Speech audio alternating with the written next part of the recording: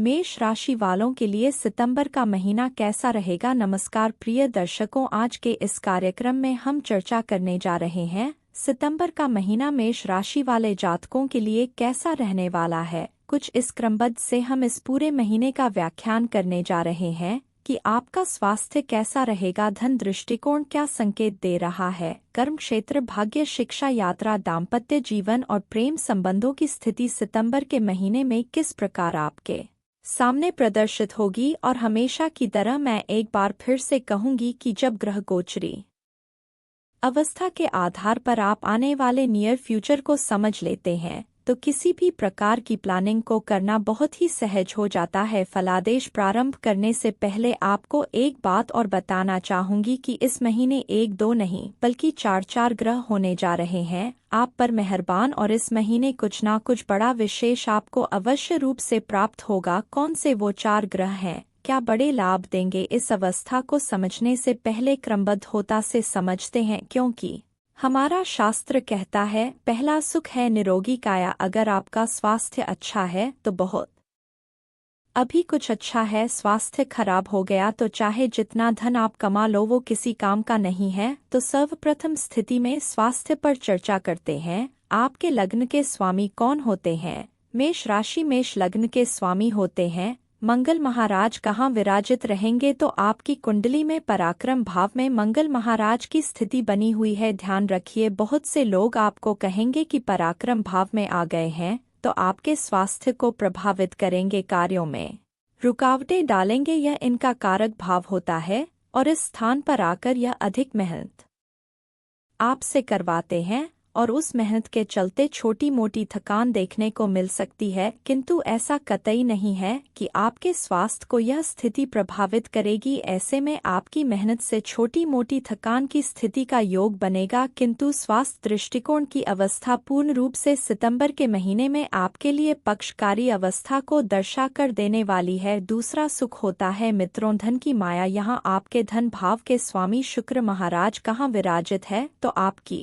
कुंडली में इष्टता रहेंगे तो सितंबर तक यह निचत अवस्था में बने हुए हैं और यह अवस्था कहीं ना कहीं आपके लिए बहुत ज्यादा फेवरेबल नहीं मानी जाती, किंतु वही दूसरी तरफ यह तो हुआ एक सिंपल बेस, किंतु वही दूसरी तरफ जब आप समझेंगे तो धन के कारक देवगुरु बृहस्पति आपके धन भाव में ही बने हुए हैं। यहाँ 18 सितंबर तक आपके कार्यों में धन से संबंधित डिले देखने को मिल सकता है, रुकावट देखने को मिल सकती है, किंतु यह योग आपके पक्ष में जरूर आएगा। किंतु क्योंकि देवगुरु बृहस्पति की स्थिति पूर्ण तरह आपके सपोर्ट में बनी हुई है, थोड़ा सा कार्य रुका, आपको लगा कि शायद अब यह नहीं होगा और फिर एकदम से वह अवस्था आपके पक्ष में आकर खड़ी हो गई। इस प्रकार की अनुभूति आप अवश्य रूप से करते हुए पाए जाएंगे। कर्म क्षेत्र की यदि हम चर्चा करते हैं तो आपके कर्म भाव के स्वामी होते हैं शनि महाराज, स्वराशिस्थ होकर बैठे हैं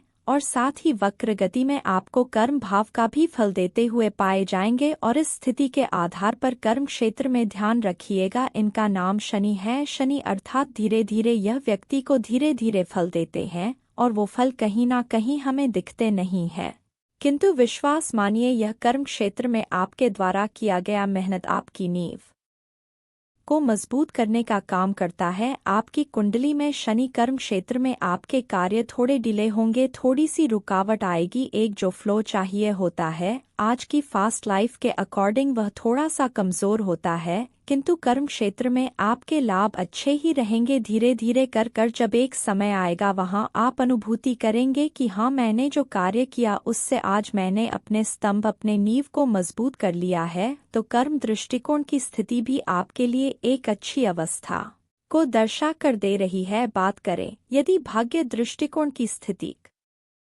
या संकेत दे रही है तो यह आपका भाग्य स्थान होता है। और भाग्येश कौन हुए तो देवगुरु बृहस्पति कहाँ विराजित हैं तो आपकी कुंडली में धन भाव में। इसीलिए मैंने कहा कि शुक्र महाराज नीच के हुए हैं, डिले कर सकते हैं, किंतु भाग्येश जब धन भाव में जाकर विराजित होता है यह व्यक्ति के लिए बेहद सुंदर अवस्था है कि भाग्य के द्वारा मैंने आपको अभी बताया भी कि आपको लगा कि शायद अब यह कार्य नहीं होगा और आपका लक फैक्टर काम किया और आपका धन से संबंधित कार्य पूर्ण हो गया तो भाग्य का साथ इस महीने में सितंबर के महीने में आपके लिए अच्छे स्वरूप को दर्शा कर दे रहा है। बात करें यदि विद्या दृष्टिकोण की स्थिति क्या संकेत दे रही है, तो आपके विद्या भाव के स्वामी यह पंचम भाव विद्या का होता है और विद्या भाव के स्वामी सूर्य महाराज पूरे 1 साल पश्चात विद्या भाव में ही प्रवेश किए हैं। कब तक रहेंगे तो 16 सितंबर तक। 16 सितंबर के बाद में सूर्य महाराज की स्थिति आपकी कुंडली के अंदर कहाँ विराजित हो जाएंगी, तो सप्तम भाव में 16 सितंबर तक की स्थिति में विद्या दृष्टिकोण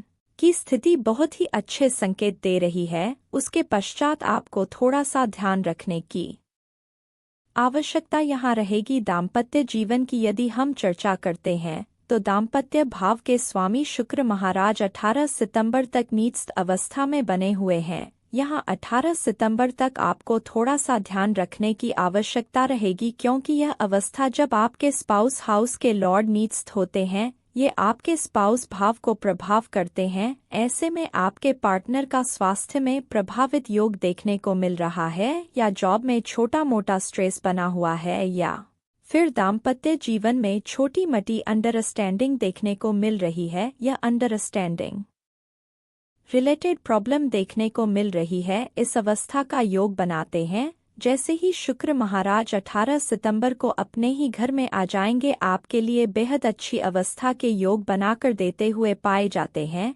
यात्रा दृष्टिकोण पर यदि हम चर्चा करते हैं तो यह आपका यात्रा भाव होता है, और यात्रा भाव के स्वामी कौन हुए? देवगुरु बृहस्पति कहाँ आकर विराजित है? धन भाव में भाग्येश का सपोर्ट मिल रहा है, पंचमेश का सपोर्ट मिल रहा है, कर्मेश का सपोर्ट मिल रहा है, और यह एक संकेत है कि आपके द्वारा व्यापारिक यात्राएं यदि आप करने पर विचार कर रहे हो, यह महीना आपके लिए बहुत अच्छे लाभ देता हुआ पाया जाएगा।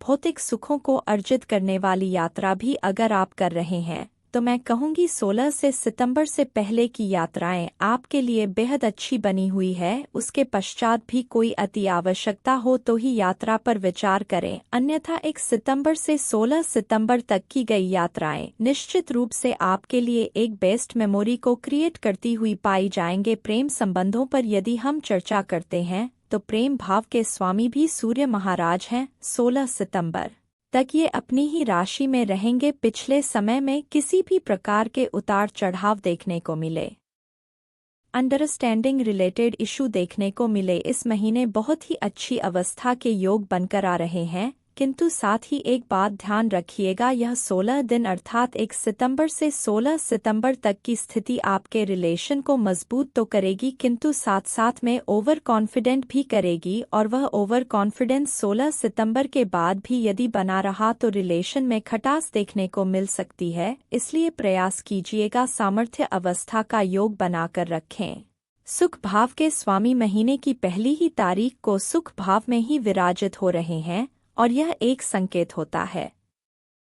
मैं हमेशा कहती हूँ कि सुखेश यदि महीने की पहली तारीख में सुख भाव की स्थिति को दर्शा रहा है तो एक संकेत होता है कि पिछले लंबे समय से किसी भी प्रकार के भौतिक सुख की स्थिति यदि हमारे जीवन में कमजोर बनी हुई है, यह महीना कुछ ना कुछ विशेष आपको जरूर से देकर जाएगा। इस महीने देवगुरु बृहस्पति, चंद्र महाराज, सूर्य देव और शनि देव की स्थिति बेहद सुंदर स्वरूप में आपको लाभ देती हुई पाई जाएगी। मेहनत जरूर करनी पड़ेगी क्योंकि आपके लग्नेश पराक्रम भाव में बने हुए हैं, किंतु अच्छी अवस्था यह है कि मेहनत के रिजल्ट भी बनाकर देंगे। बात करते हैं हमेशा की तरह जिसकी आप बहुत ज्यादा डिमांड करते हैं कि शुभ रंग, शुभ अंक और शुभ दिवस कौन से रहेंगे जिनका पालन कर कर हम बना सकते हैं इस महीने को यादगार। सबसे पहले शुभ दिवस की चर्चा करते हैं तो कोई भी बड़ा कार्य यदि आप इस महीने में करना चाह रहे हैं, प्रयास कीजिए सोमवार के दिन, रविवार के दिन गुरुवार और शनिवार के दिन किया जाए। इसमें आपकी सफलता की परसेंटेज बहुत अच्छे से बनकर आती है। शुभ रंग की यदि हम चर्चा करते हैं तो पीला रंग, सफेद रंग, हरा रंग और माफ कीजिएगा पीला रंग, सफेद रंग, लाल रंग और ब्लू कलर का योग। जितना ज्यादा खाना पहनना आसपास के वातावरण में आप प्रयोजन में लाते हो, आपके लिए बेहद अच्छी अवस्था को दर्शा कर देता हुआ पाया जाएगा। शुभ अंक की यदि हम चर्चा करते हैं तो 4, 5 और 9 इनको सिंगल टर्म में या टोटल के मूलांक में किसी भी प्रकार से आप प्रयोजन में लाते हैं। बेहद सुंदर अवस्था का योग आपके लिए यह महीना निर्मित करता हुआ पाया जाएगा। ब्रह्माकी के बारे में यदि चर्चा करते हैं तो ओम गुरुवे नमः का जाप करना, आदित्य हृदय स्तोत्र का पाठ करना या सुनना, क्योंकि पूरे 1 साल बाद आपके पंचम में आए हैं और यह आकस्मिक लाभ की स्थिति आपकी डिजायर्स को पूर्ण करने की स्थिति की बाध्यता लेते हैं। तो आदित्य हृदय स्तोत्र का पाठ करना या सुनना, दोनों में से जो भी संभवत स्थिति बनती है इसे जरूर से फॉलो कीजिएगा। निश्चित रूप से यह महीना रहेगा आपके लिए यादगार। दोस्तों, आशा करती हूँ मेरे द्वारा दी गई यह जानकारी आपको पसंद आएगी। कल फिर से एक नई जानकारी लेकर आपके सामने उपस्थित होंगे। तब तक के लिए नमस्कार।